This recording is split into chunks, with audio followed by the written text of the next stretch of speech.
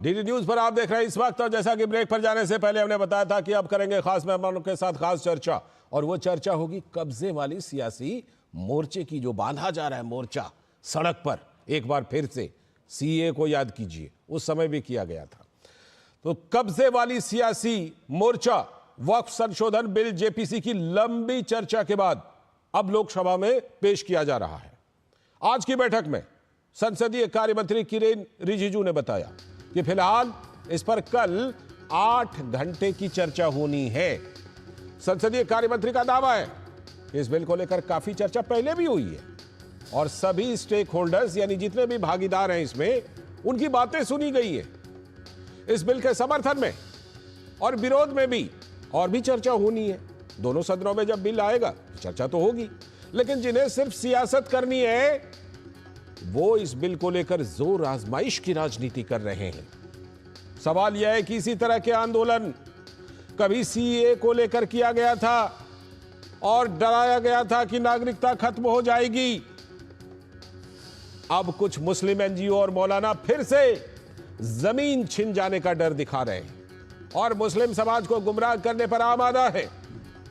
और विपक्ष के कई दल वोट की गोलबंदी का इसे सुनहरा मौका मान रहे हैं। जानकार मानते हैं कि कुछ मौलाना वक्फ संशोधन का इसलिए भी विरोध कर रहे हैं कि नए कानून में मुस्लिम महिलाओं और पसमानदा समाज के यानी पिछड़े मुसलमान, उनको आरक्षित किया जा रहा है।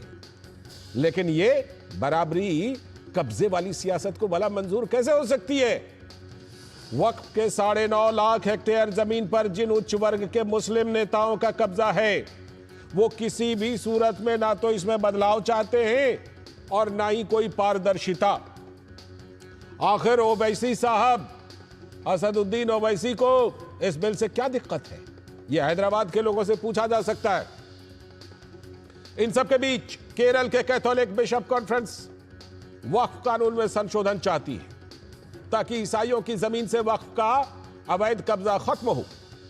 देश के हजारों किसान सड़क पर हैं कि उन्हें वक्फ के कब्जे से न्याय मिले, लेकिन Muslim NGO all India Muslim personal law board कभी अलविदा के नमाज में नमाजियों को गुमराह करके काली पट्टी बांधने को मजबूर करती है, तो कभी एनडीए के सहयोगी दलों को वोट का डर दिखाकर धमकी दे रहा है। एनजीओ मुस्लिम पर्सनल लॉ बोर्ड दबाव की सियासत बनाकर वक्फ बोर्ड में फैले भ्रष्टाचार, भाई भतीजावाद और भूमाफिया के संरक्षण को बढ़ावा देना चाहता है। लेकिन सपा प्रमुख अखिलेश यादव वो वक्फ बिल को मुस्लिम मामलों में हस्तक्षेप बताते हैं, जबकि कभी इसी संसद ने वक्फ बोर्ड बनाया था। तो क्या 60 साल बाद उसी संसद को यह समीक्षा करने का अधिकार और जरूरत नहीं है कि इन वर्षों में वक्फ के कब्जे वाली लाखों हेक्टेयर भूमि पर किसका नियंत्रण है? इसकी कार्यप्रणाली पर क्यों सवाल उठते हैं? क्यों 90,000 से भी ज्यादा केस कई वर्षों से वक्फ ट्रिब्यूनल में लंबित हैं?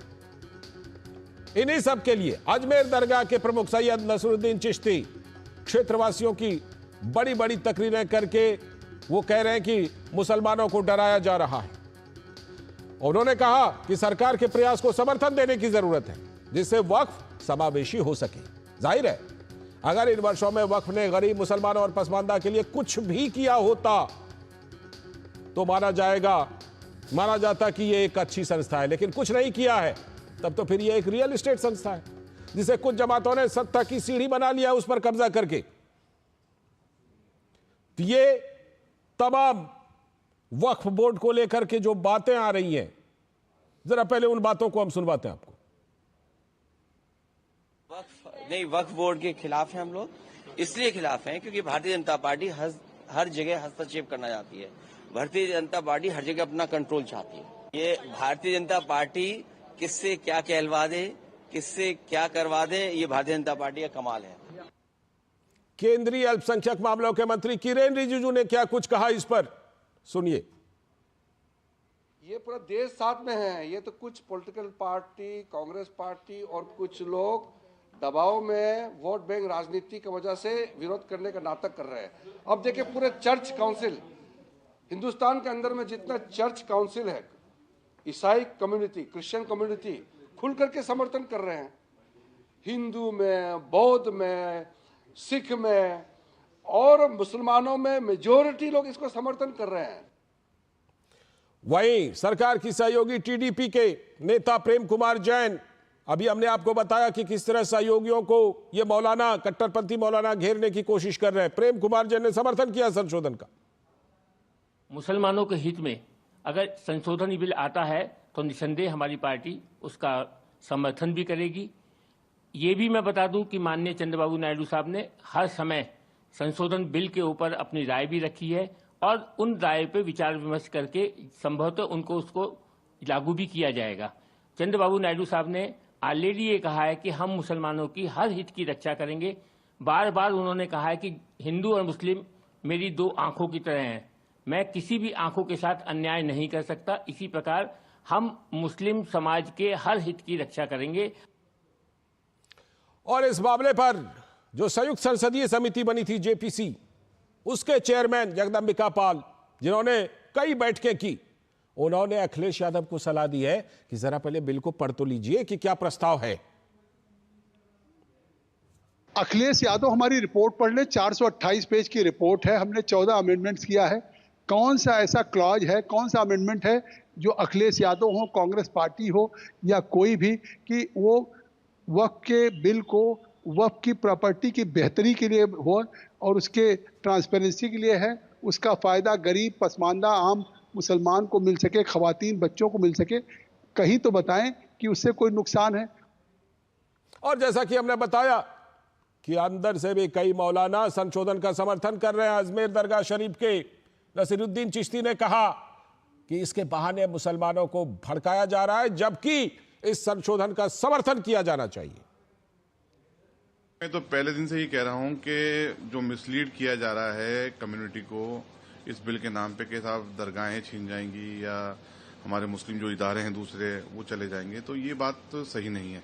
और जो गुमराह कर रहे हैं, मैं उनसे, तमाम लोगों से ये अपील करूंगा कि वक्त गुमराह करने का नहीं है, सब मिलकर के अच्छा एक्ट पास कराएं। वक्त की जरूरत है और इसको कतई आम मुसलमान ये ना समझे कि ये इस्लाम के खिलाफ काम हो रहा है। नहीं, ये भारत सरकार ने 1954 में एक कानून बनाया था जो समय समय पे अमेंडमेंट होता गया है और दोबारा अमेंडमेंट हो रहा है। साफ तौर पर यह रखी गई बात। अभी नसीरुद्दीन चिश्ती कह रहे थे कि आखिर यह है क्या। इसी पर आज खास चर्चा करने के लिए हमारे साथ खास मेहमान जुड़ चुके हैं। हमारे साथ एसएन सिंह जी, भारतीय जनता पार्टी के प्रवक्ता, स्टूडियो में हैं, बहुत बहुत स्वागत। फाजिल अहमद साहब हैं, मुस्लिम स्कॉलर, बहुत बहुत स्वागत, खैर मकदम। हमारे साथ हमारे सलाहकार संपादक विनोद मिश्र जी भी हैं और अमरेंद्र गुप्ता हमारे साथ संसद भवन से जुड़े हैं। पहले उन्हीं से अपडेट में लेता हूं। अमरेंद्र, अब तस्वीर साफ हो गई। 8 घंटे समय रखा गया है, फिलहाल 8 घंटे का वक्त चर्चा के लिए। मान लिया जाए कि कल यह बिल लोकसभा में आ रहा है, बिल्कुल तस्वीर साफ है। निश्चित तौर पर लालचंद जी, ये बिल्कुल पूरी तरह से तस्वीर साफ है। जिस तरह से बीएससी की बैठक हुई, बीएससी की बैठक में ये साफ तौर पर रिजिजू ने कल बुधवार को प्रस्ताव रखा कि वक्फ बिल को लाया जाए और इसके लिए बाकायदा 8 घंटे का समय नियत हुआ। और रिजिजू ने बाद में ये भी कहा कि अगर हाउस चाहेगा तो हम समय को एक्सटेंड कर सकते हैं। और दूसरी तरफ सरकार पुरजोर तरीके से वक्फ बिल पर बहस चाहती है और इसे पारित कराना चाहती है। और सरकार का एक साफ तौर पर मानना है कि न सिर्फ एनडीए के घटक दल जिसमें जेडीयू और इसके अलावा टीडीपी के साथ साथ चिराग पासवान की पार्टी, रामविलास पासवान जो एलजेपी है, उनके घटकों से भी बात हो रही है और लगभग सबका यही कहना है कि वक्फ पर वो सरकार के साथ है। और एक और बड़ी बात यह है कि कल के लिए जो है भारतीय जनता पार्टी ने एक व्हिप जारी किया है, 3 लाइन व्हिप है, जिसमें सभी सांसदों को मौजूद रहने के लिए कहा गया है। और इसी तरह से विपक्ष भी लगातार, सरकार का कहना है कि हम विपक्ष से भी बात करेंगे और विपक्ष के जो इंडिया ब्लॉक्स के नेता हैं उनसे भी कन्विंस करने का प्रयास किया जा रहा है। एक और अहम आपको सूचना दे दूं कि इस वक्त गृह मंत्री अमित शाह के साथ जेडीयू के कुछ नेताओं की बैठक चल रही है और ऐसा बताया जा रहा है कि वक्फ मुद्दे पे कई जो अहम मसले हैं उस पर चर्चा की जा रही है। और सबसे बड़ी बात जो लालचंद जी आपने कहा कि वक्फ बोर्ड को लेकर सरकार की नीयत पहले से साफ है। देखिए, वक्फ बोर्ड को लेकर एक संसद की कमेटी बनाई गई और 111 घंटे स्टेक होल्डर के साथ चर्चा की गई, टोटल 111 घंटे चर्चा की गई, उसमें कई सारे चीजें निकल के आया, उसकी रिपोर्ट लोकसभा के पटल पर रखी गई और उसके बाद सरकार ने एकदम से रास्ता साफ कर दिया और कहीं ना कहीं एकदम इरादा साफ है सरकार का कि वक्फ बोर्ड न सिर्फ लाना है बल्कि इनको पारित भी कराना है। जी अमरेंद्र, लौटता हूं, तस्वीर तो बिल्कुल साफ हो गई, क्योंकि कुछ अटकलें चल रही थी कि क्या पता अगले सत्र के लिए टाल दिया जाए, कुछ ऐसा हो सकता, तस्वीर साफ हो गई। विनोद जी, अब तो ये तस्वीर साफ हो गई, कल ये बिल आ रहा है, लेकिन जिस तरह की कोशिशें हो रही हैं, आपको लगता है कि अब जिन कब्जाधारियों की कोशिशें थी उनको अब अंदर से झटके पे झटका लग रहा है? क्योंकि नसीरुद्दीन चिश्ती की बातें हमने सुनी, उत्तराखंड के मौलाना जो है उन्होंने समर्थन दिया है, जरूरी बताया, और भी बहुत सारे मौलाना इस्लामिक स्कॉलर वो भी कह रहे हैं कि हां ये होना चाहिए, संशोधन होना चाहिए।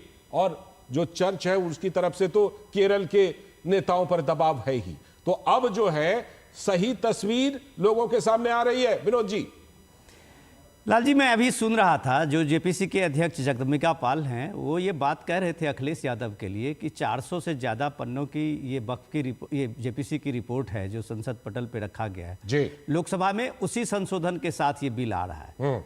अब सवाल है कि क्या किसी राजनेता ने जो इस विरोध में और ये जो एनजीओ हैं या मुस्लिम उलेमा हैं उनके साथ में सुर मिला रहे हैं, क्या किसी ने पढ़ा है? क्या एक रिपोर्ट पढ़ने की किसी ने एक बार एक जहलत की है कि एक बार रिपोर्ट भी देख लें कि उसमें है क्या? तो सबसे पहले इंपॉर्टेंट है कि समझना, हमारे जो दर्शक है वो भी समझें कि आखिर ये वक्फ बिल 2024 है क्या। ठीक, ये संशोधन बिल पार्लियामेंट में अब तक के जो भी एक्ट बने हैं, जो संशोधन होते रहे 1954 से लेके 2013 तक, ऐसे कई बार इसके संशोधन हुए हैं। तो इस संशोधन में ये रखा गया है कि वक्फ के एक बढ़िया प्रबंधन के लिए, उसके एडमिनिस्ट्रेशन में एक बढ़िया व्यवस्था के लिए सरकार उसमें कुछ एक तब्दीली लाना चाहती है।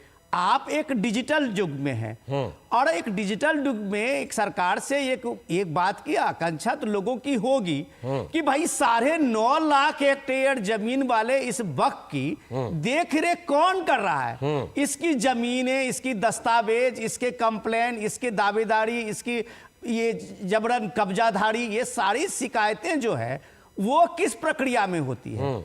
तो सरकार का काम लोगों को इंसाफ देना होता है। तो ये वक्त की जरूरत थी कि वक्फ बिल जो अमेंडमेंट बिल कल लोकसभा में आ रहा है वो इसी संशोधन के साथ आ रहा है।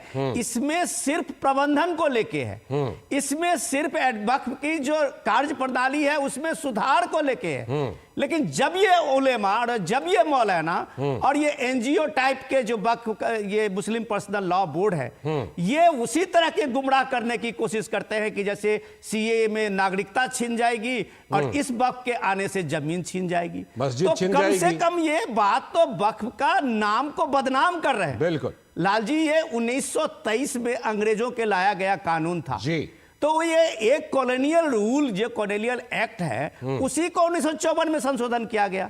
ये अलग बात है कि कांग्रेस की सरकार ने 2013 में जाते जाते उसमें ऐसे क्लॉज सब लगाए जिसके कारण ये इतना भसर फैला हुआ है। जो आप केरल की बात कर रहे हैं, कर्नाटक के हजारों किसानों की बात कर रहे हैं, तो आखिर इनका इंसाफ कौन देगा? ये इंसाफ की जो पूरी की पूरी व्यवस्था इस नए संशोधन में की गई है और इसको लेके जो ये सारी चीजें जो हो रही है वो सिर्फ गुमराह करने की सियासत। बिल्कुल। फाजिल अहमद साहब, ये बताइए, जब इस तरह के सुधार किए जा रहे हैं जिससे कि आम मुसलमानों को फायदा मिले, कुछ लोगों का जो कब्जा है वो हटे, इसमें और भी लोगों को वहां पर जो उनके प्रतिनिधि और रिप्रेजेंटेशन मिले, चाहे मुस्लिम महिलाएं हैं, पसमानदा मुस्लिम हैं, तो इसको लेकर के क्या आपत्ति है? फाजिल अहमद साहब बताएं।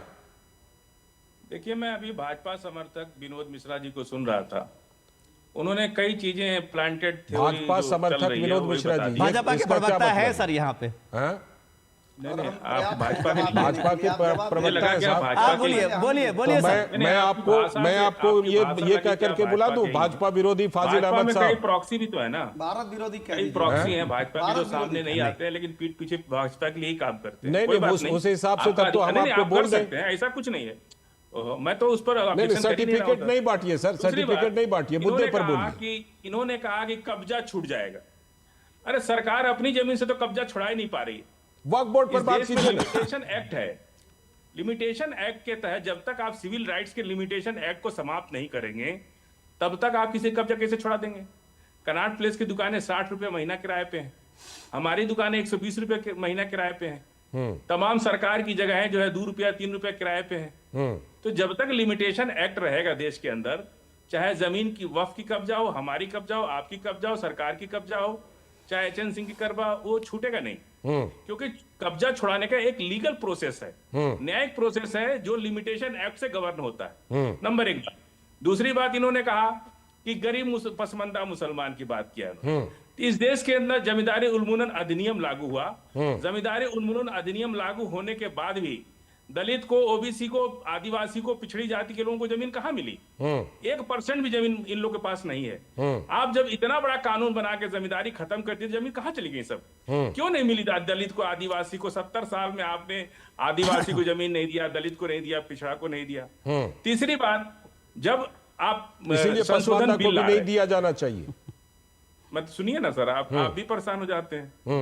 आप तो एंकर हैं, आप नहीं तो नहीं, ध्यान नहीं रखिए। परेशान नहीं होते, हम तो आपसे ये कह रहे हैं कि आप जो परेशानी बातें तो रख हमको रहे हैं पहले उसमें दिख अगर कहीं आपकी बातें जो है ना वो देखिए, एक आपकी दूसरे को परेशानी तो काटती है, तो क्योंकि मैं आप तो कह रहा बोले हूँ नहीं, आपकी क्योंकि चिंता आप एंकर हैं। कनॉट प्लेस की दुकानों के लिए दिखाई पड़ती है, आपकी चिंता दूसरों के लिए दिखाई पड़ती है, लेकिन वक्फ संशोधन नहीं होना चाहिए, ये सबसे बड़ी आपकी चिंता। वक्फ संशोधन करने के बाद भी कोई फायदा नहीं होगा ना। हाँ। वन संशोधन में कहा ये मान बैठे हैं। अंबानी अपना घर छोड़ देंगे। मुकेश अंबानी ने जो वक्त यतीम खाने पर अपना घर बना रखा है एंटेलिया, वो छोड़ देंगे? सरकार ले लेगी उसको? बताइए। तमाम जमीनें जो है हिंदू मुसलमान सबने कब्जा कर रखा है। हिंदू, मुसलमान, सिख, ईसाई सबने वक्फ जमीन 40,000 प्रॉपर्टियां हैं जिसकी लिस्ट हम लोग लगातार सरकारों से कहते हैं कि इसको वक्फ से खाली कराइए, इसको खाली कराइए। तो क्या अगर ये वक्फ बिल आ गया तो मुकेश अंबानी का घर छोड़ देंगे? मुकेश अंबानी ये अपने आप में जानते हैं फाजिल साहब, मैं आपको बताऊं, आपका तर्क ऐसे ही है कि अपराध तो हो ही रहे, तो कानून बनाने की क्या जरूरत है? मर्डर अगर होता है तो मर्डर के लिए कानून बनाने की क्या जरूरत है? ये आप कहना चाह रहे हैं? कानून किसानों के लिए बनाया, वो भड़क गए। कानून ठीक है, मैं यहाँ पर एसएन सिंह जी को लेकर आता हूँ। एसएन सिंह जी, जो बात फाजिल साहब कह रहे थे कि वक्फ कानून में संशोधन करने से क्या हासिल हो जाएगा, कब्जा तो छूटेगा नहीं। नहीं, देखिए फजील साहब तो खुद ही मान लिए कि 40,000 ऐसी संपत्तियां हैं जो गैर कानूनी तरीके से किसी न किसी के कब्जे में है, जिसको प्रतिबद्ध है भारत सरकार, प्रतिबद्ध है भारत की सरकार, भारतीय जनता पार्टी भारत की सरकार प्रतिबद्ध है। मैं कह रहा हूं फजील साहब उसको खाली करा के और जो वाजिब है उसको देने के लिए। मैंने आपके बीच में बोला नहीं, सुनिए। दूसरी बात मैं कहूंगा, दरअसल क्या है, देश में एक माइक पार्टी है, बैंड बाजा पार्टी है, उसको चाहे वो सीए आएगा तो भी माइक लेके खड़ी हो जाएगी, बैंड बाजा लेके खड़ी होगी, संसद भवन बनेगा तो भी माइक लेके खड़े हो जाएंगे, G20 होगा तो भी माइक लेके खड़े हो जाएंगे, भारत के तिरंगे का मान सम्मान बढ़ेगा तो भी माइक लेके खड़े होंगे। इनका काम है सिर्फ भारत का विरोध करना, व्यक्तिगत हित में सार्वजनिक हित को तिलांजलि दे देना, राष्ट्र हित को तिलांजलि दे देना। आपने कहा भाई कानून चट्टी चौराहे पे तो बन नहीं रहा, संसद में एक कानून बन रहा। और 4 चीजें आपसे पूछता हूं, एक चीज बताइए। एक व्यक्ति कहता है कि मैं जो कह दूं वही सही है, बाकी सभी लोग कह रहे नहीं कि जो सही है वो सही है, इसमें बातें कौन सी ठीक होगी।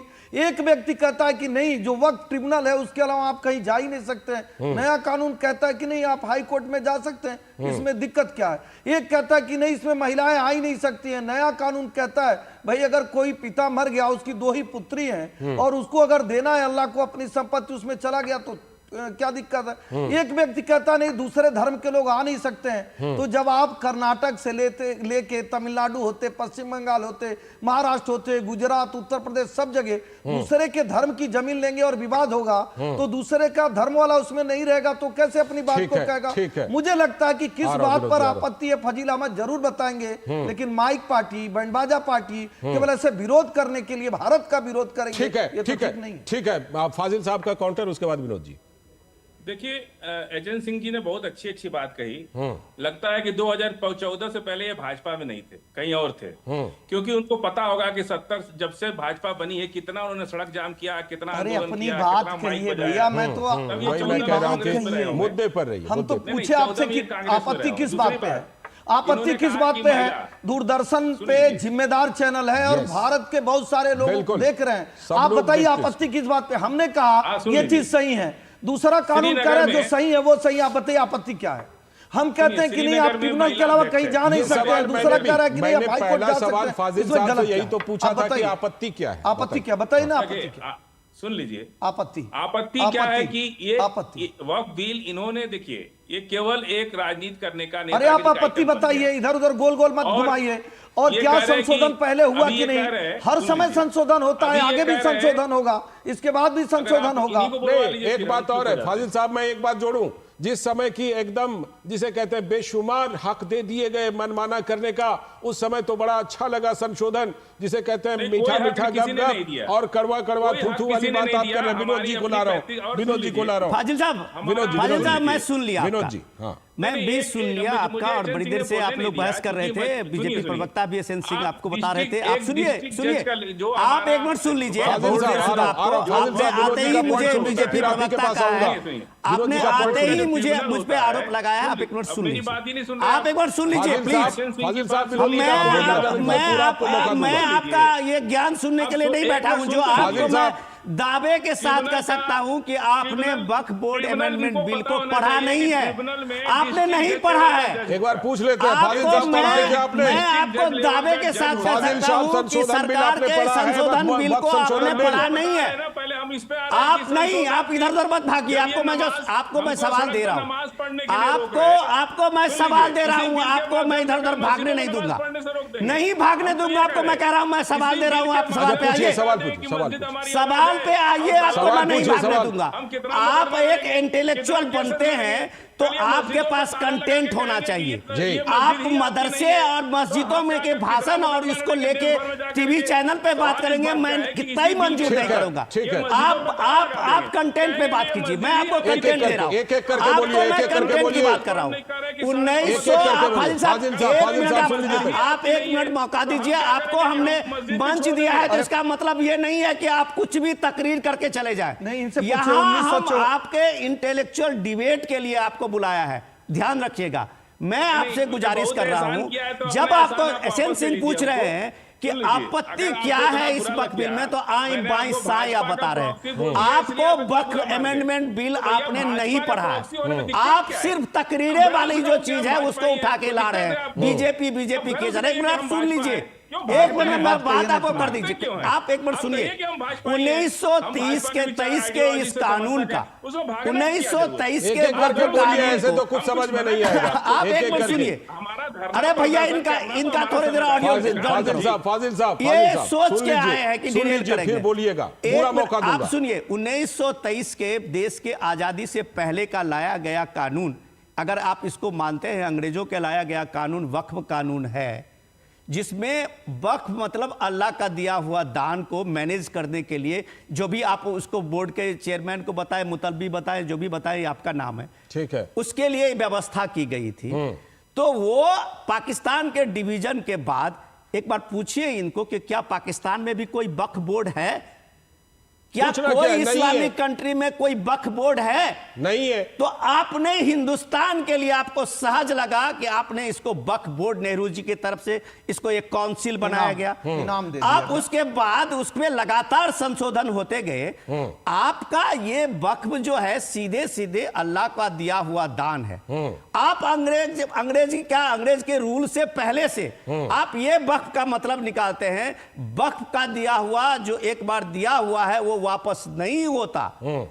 तो केरल के 600 जो किसान हैं, उनका वक्फ के जमीन पे जो इतने वर्षों से कब्जा वक्फ का एक दावा है, उसको कौन देगा भाई? ऐसे कई दावे। आपके जो कर्नाटक के 800 से 1000 से ज्यादा किसान हैं, पिछले 6 महीने से सड़क पे हैं, उनको इंसाफ कौन देगा भाई? क्योंकि आपको 2013 में मनमोहन सिंह सरकार में ये जो क्लॉज जोड़ा गया, उसमें यूजर्स क्लॉज, आप जिसका मर्जी जिस पे पर्ची फाड़े वक्त का है। अरे भैया, किसने किसको दान दिया, कौन सा रिकॉर्ड है? कुछ तो कागज दिखा रहे, चिल्ला रहे हैं कि अगर हमसे पेपर मांगा जाएगा तो यूपी की सारी जमीनें छीन जाएगी। तो तुम कब्जा कर लोगे और जमीन का वक्त बता दोगे। जी अभिनव फाजिल जी, साहब का एक चीज और मेरा ऐड कर लीजिए। मैं कह रहा हूं कि इस देश में डिस्क्रिमिनेशन नहीं होना चाहिए। दो भाई, मैं कह रहा हूं हिंदू मुस्लिम छोड़ दीजिए फजील भाई, बड़ी जिम्मेदार चैनल है सब लोग। दो भाई अगर कहते हैं किसी प्रॉपर्टी को ये हमारा है और कोर्ट तय करेगा ना कि किसका है, नहीं, ये कौन सा अधिकार बताता है कि आप हमने जो कह दिया, हम जो कह दिया वो मान लीजिए हमारे ही घर में सुनवाई होगी और हम ही फैसला करेंगे। एहसन सिंह जी, आप फाजिल साहब की बात सुनिए। फाजिल साहब रखिए बात। देखिए, इस देश में न्याय तो न्यायालय से ही मिलता है। किसी भी मामले में किसी को भी न्यायालय पे ही भरोसा, अंतिम भरोसा सबका न्यायालय पे होता है, भले न्यायालय चाहे जो भी काम करे। बहुत अच्छी ये कहना कि न्यायालय नहीं मिले, न्यायालय पे आपको भरोसा रखना चाहिए, हम लोग तो रखते हैं। जब देश आजाद हुआ, ये कह रहे हैं ना कि पुराना कानून, जब देश आजाद हुआ तो हिंदुओं ने अपनी प्रॉपर्टी को ट्रस्ट एक्ट में रखा, मुसलमानों ने वक्फ एक्ट बना ली, वक्फ में रखा, और ईसाइयों ने नहीं बनाया। कुछ जानकारी नहीं है, अच्छी जानकारी नहीं है। मुसलमानों ने नहीं बनाया, उस समय की भारत सरकार ने बनाया। जब आप तथ्यात्मक बात नहीं करते, कोई जानकारी नहीं है। कहाँ हिंदू बनाया उस समय, कहाँ हिंदू बनाया उस समय, कहीं कोई सन हो, कोई पैरा हो, कोई नोटिफिकेशन हो तो बताइए। कोई जानकारी वनकारी नहीं है आपको। सरकार ने मुसलमानों को खुश करने के लिए चीजें किया। 1954 में, 91 में, 2013 में, और सुनिए 2013 में सरकार जाते जाते दिल्ली की महत्वपूर्ण जमीनों को वक्फ को दे दिया। अरे भाई, अल्लाह की संपत्ति अल्लाह वाले अल्लाह को देंगे कि जो अल्लाह को नहीं मानते वो अल्लाह को दे देंगे। मैं लौटता हूं एक बार अपने एक अक्षर की जानकारी नहीं, बिना पढ़े लिखे बैठ जाएंगे। ठीक है। कैसे मान लिया जाए? अमरेंद्र गुप्ता तमाम मौलानाओं ने कोई जानकारी नहीं, कोई मौलाना को जानकारी नहीं, फजील अहमद को कोई जानकारी नहीं, ऐसे ही सबको भ्रमित करने का कार्य कर रहे हैं। चंद्रबाबू वो समर्थन करेंगे, हमने ललन सिंह की बात भी सुनी थी, वो समर्थन करेंगे। तो जो ये दांव लगा रहे थे नीतीश कुमार, चंद्रबाबू नायडू, जयंत चौधरी और चिराग पासवान पर, वो दांव फेल होता हुआ लग रहा है क्या? निश्चित तौर पे लालचंद जी, जो वक्फ बोर्ड को लेकर सरकार लगातार कवायद कर रहा था, उसमें वक्फ बोर्ड को लेकर जेपीसी बनाई गई और जेपीसी ने तमाम वो स्टेक होल्डर्स के साथ एक बड़ी बैठकें की और चाहे उलेमा हो, चाहे मुस्लिम समर्थक हो, हर एक से उनकी बात रखी और हर पार्टियों की राय भी ली गई। पॉलिटिकल पार्टीज के साथ साथ लोगों की राय ली गई और उसने एक रिपोर्ट दी। 111 घंटे एक गहन मंथन और चर्चा के बाद एक रिपोर्ट दी है, जिसकी 400 से ज्यादा की पन्नों की रिपोर्ट है और जिसके बाद सरकार लगातार कह रही थी कि सरकार, क्या मतलब एनडीए का जो घटक दल है वो लगातार सरकार के पक्ष में और कह रहा है कि वक्त पर हम सरकार के साथ हैं और हर मुद्दे पे सरकार के साथ हैं। और जिस तरह से जब से ये कवायद देखी गई, चाहे आप बात करें जेडीयू की, जेडीयू भी खुले तौर पर कह रहा है कि सरकार जो अमेंडमेंट लेके आ रही है उसके साथ है। तेलुगु देशम पार्टी की बात करें, चाहे रामविलास पासवान की पार्टी की बात करें, एलजेपी की, वो या जयंत चौधरी, हर व्यक्ति सरकार के साथ है। यानी कि एनडीए का साफ तौर पर मानना है कि वक्फ बोर्ड को लाया जाए और संशोधन किया जाए। ठीक है, लौटता हूं आपके पास, तारीख मुकर्रर कर दी गई। लौटता हूं। एहसन सिंह जी, आप कुछ कहना चाह रहे थे, आप जोड़ लीजिए फिर। मैं कह रहा हूं, मोदी जी की सरकार में जब तक मोदी जी हैं, मोदी जी की सरकार में व्यक्तिगत हित को ध्यान नहीं दिया जाता है, राष्ट्रीय हित को ध्यान दिया जाता है। और लाल किले के प्राचीर से भी प्रधानमंत्री जी कहते हैं कि हम राजनीतिक हित के लिए पार्टी हित से ऊपर हम राष्ट्र हित को रखते हैं। ठीक है। जब आप देखे होंगे कि मुस्लिम बहनों की भलाई के लिए कानून लिया जाता है, तभी ऐसे मौलाना बैठ के कहते थे कि हमारा अधिकार छीन जा रहा है। आप देखिए 3 तलाक पे कानून है। जब आप देखिए मोदी जी देने का कार्य करते हैं, भारतीय जनता पार्टी सरकार देने का कार्य करती है, लेने का कार्य करती है। जब 370 जैसी धारा समाप्त की जा रही थी, तभी ऐसे मौलाना बैठ के कह रहे थे मुसलमानों का हक छीन जाएगा, वो तो कश्मीर से भगा दिए जाएंगे। इसीलिए कहा जाता है कि आप ये जानिए कि जो कानून संसद में बनता है। सिंह जी की बात को ना मानिए, नसीरुद्दीन चिश्ती जो कह रहे हैं उसी को मान लीजिए। तो बता दीजिए, आपने किसान बिल पास कराया, आपने वापस ले लिया। 3 तलाक बिल पास हुआ कि नहीं?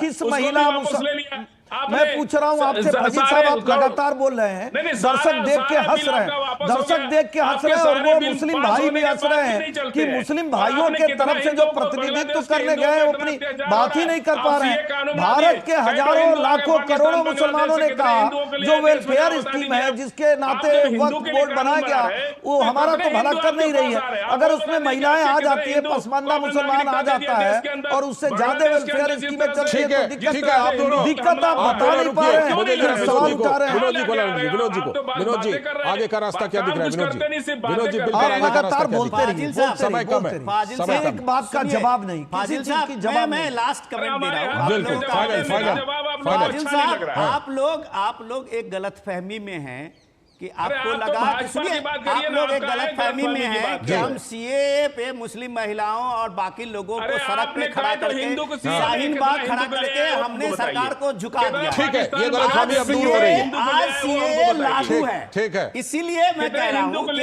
आप इस सरकार को, कम से कम मोदी सरकार को इन सब ब्लैकमेल नहीं कर सकते, आप ब्लैकमेल नहीं कर सकते, सीए पर नहीं कर पाए, वक्त संशोधन पर नहीं कर पाए। दूसरी बात कर रहा हूं, जो सामाजिक न्याय की बात करते हैं मोदी सरकार में, सुनिए आप पहले, जो सामाजिक न्याय की बात करते हैं, कर्नाटक में मुस्लिम ठेकेदारों को 4% के लिए आपको आरक्षण चाहिए, लेकिन वक्फ बोर्ड में आपको पसमानदा मुस्लिम के लोगों की एंट्री नहीं चाहिए। ये अपने दोहरा मापदंड है। शुक्रिया। उच्च वर्ग के मुस्लिम और निम्न वर्ग के मुस्लिम को आपने खाई बनाया है। मोदी सरकार इस वक्त में उसको पार बिल्कुल बिल्कुल आपके साथ बैठने वाले हैं, वक्त संशोधन के जरिए, वक्त संशोधन के जरिए सामाजिक न्याय भी होगा। साथ में ये वक्फ बोर्ड संशोधन बिल सामाजिक न्याय का कानून है, जिसमें गरीब तबके के मुसलमानों को, औरतों को, तो जिसमें इतने फायदे हैं वो संशोधन तो होना ही चाहिए, अधिकार मिल रहा है। बिल्कुल होना चाहिए ये संशोधन। उच्च तबके के मुस्लिम के साथ बैठने का और इस पे बहस करने का अधिकार मिल रहा है। शुक्रिया, फिलहाल समय की कमी है। शुक्रिया, शुक्रिया, समय की कमी है। विनोद जी शुक्रिया, साथ में हमारे साथ फाजिल अहमद साहब शुक्रिया, एसएन सिंह जी शुक्रिया, और अमरेंद्र गुप्ता भी हमारे साथ जुड़े थे, बहुत बहुत शुक्रिया। अभी वक्त है ब्रेक का। ब्रेक के बाद जब लौटेंगे तो वक्फ बोर्ड से ही जुड़ी हुई एक बड़ी खबर केरल से हमने चर्चा भी की कि जो चर्च है, क्रिश्चियन मिशन है, वो वहां के नेताओं को कह रहे हैं कि समर्थन करो संशोधन का। करेंगे इस पर बात।